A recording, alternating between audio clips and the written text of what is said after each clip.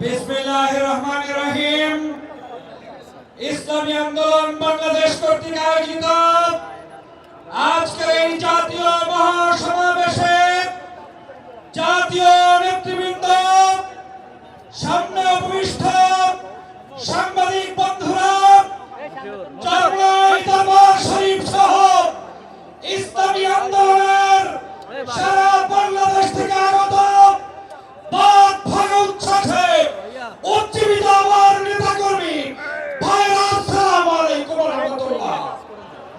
প্রিয় ভাইরা আমার, আজকের এই মহাসমাবেশ প্রমাণ করে বাংলাদেশের চরমনাই পীর সাহেবের হুঙ্কার ছিল, আছে এবং থাকবে ইনশাআল্লাহ। তোমরা যারা সিংহাই গর্জন শুনেছ, তোমরা যারা বাঘের হুঙ্কার শুনেছ, তোমরা এখন পর্যন্ত চরমনাই পীর সাহেবের হুঙ্কার দেখতে পারো নাই।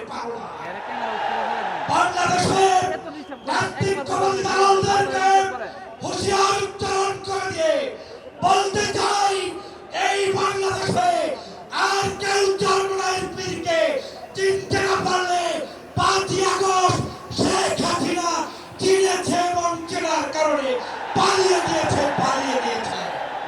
অতএব এই দেশের ইসলামের বিরুদ্ধে ষড়যন্ত্রকারীরা হুঁশিয়ার হয়ে যাও। ইসলামী আন্দোলন বাংলাদেশ থাকতে বাংলাদেশের কোন ইসলাম বিরোধী কর্মকাণ্ড চলতে দেওয়া যাবে না।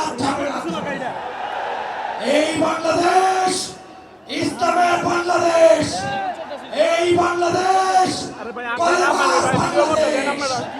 এই বাংলাদেশে আগামী দিনে যারাই ক্ষমতায় আসবে, ইসলাম বাদ দিয়ে, মুসলমানের ধর্মনীতি বাদ দিয়ে কেউ আসতে পারবে না। সমাবেত জনতা, আপনাদেরকে স্পষ্ট বলতে চাই, গত 16 বছর পর্যন্ত আওয়ামী লীগ জুলুম করেছে, অত্যাচার করেছে, নির্যাতন করেছে। সেই নির্যাতন সহ্য করে যারা রাজপথে আন্দোলন করেছে, তার মধ্যেই চরমনাই ইসলামী আন্দোলন ছিল কি ছিল না? যদি থেকে থাকে, সমবেত জনতাকে উচ্চারণ দিয়ে বলতে হবে, আগামী বাংলাদেশ কি ইসলামের বাংলাদেশ চান? যদি চান, নারায়ে তাকবীর, নারায়ে তাকবীর।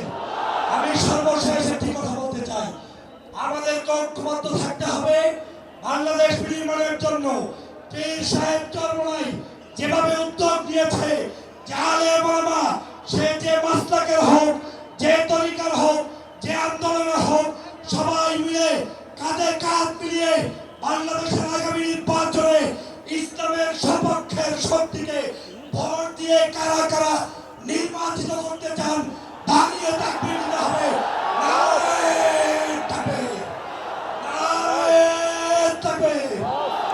ইসলামী আন্দোলন বাংলাদেশ, মুসলমান, পীর সাহেব চরমনাই। সবাইকে ধন্যবাদ। আল্লাহ হাফেজ। আসসালামু আলাইকুম ওয়া রাহমাতুল্লাহি।